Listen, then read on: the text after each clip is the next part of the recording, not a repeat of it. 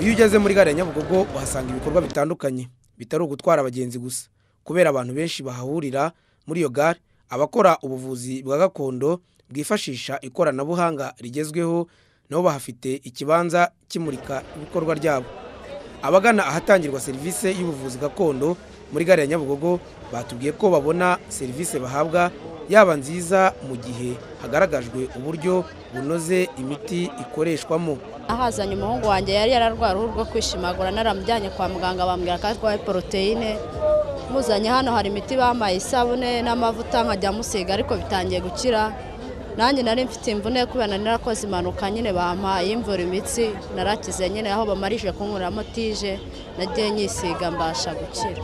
Umuti nguze n'uvura bino bihushi bizamo hano inyuma. Genda nguguze mugira ngo ndebe ko ushobora kugira icyo bitanga bikanyiza.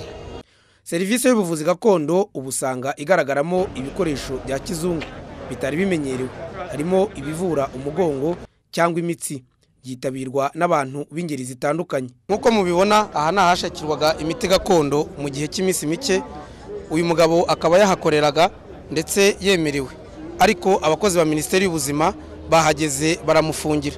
Batubwiye impamvu rero yatumye bamufungira. Ari kwamamaza imiti n'ubuvuzi atabifitiye uburenganzira. Ari gukora ubuvuzi ahantu adafitiye uburenganzira kandi atabimenyesheje inzego z'ubuvuzi. Ibyo ngibyo ni ibintu bishobora kubangamira ubuzima bw'abaturage. Nta n'igihamya afite, igihamya n'icyemezo kigaragaza yuko afite ubwo burenganzira bwo gukora ahangaha no gukora ubuvuzi ari kuvuga, ari gukora ahubwo. Nubwo Nyabakiranye Seti, umukozi muri Minisiteri y'Ubuzima, yemeza ko Raviera Company itujuje ibisabwa ngo itange serivisi y'ubuvuzi gakondo, uhagarariye abavuzi gakondo mu karere ka Nyarugenge Aimable Tuyisenge Sandro avuga ko ubuvuzi gakondo bwemewe na Minisiteri y'Ubuzima, bakaba banafite ibyangombwa. Minisiteri ifite uburenganzira, natwe ni ituyobora, dufite departement tubarirwamo, ni ituyobora. Nago wavuga ngo bafite bure impamvu nicyo babonye, kuko mu bintu bibaho mu buvuzi bwa gakondo habamo isuzuma, mu kinyarwanda bita consultation.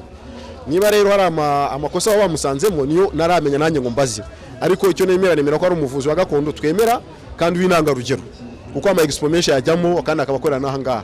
Ari mu bavuzi ba kera na nyuma n'amahuriro yagiye abaho yandi, ari mu bavuzi twemera kandi ukora neza.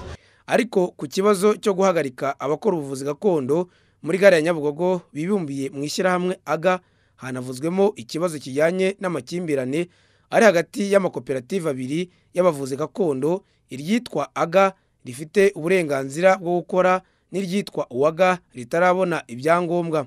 Nkubito Kandidatseri, Televiziyo y'u Rwanda.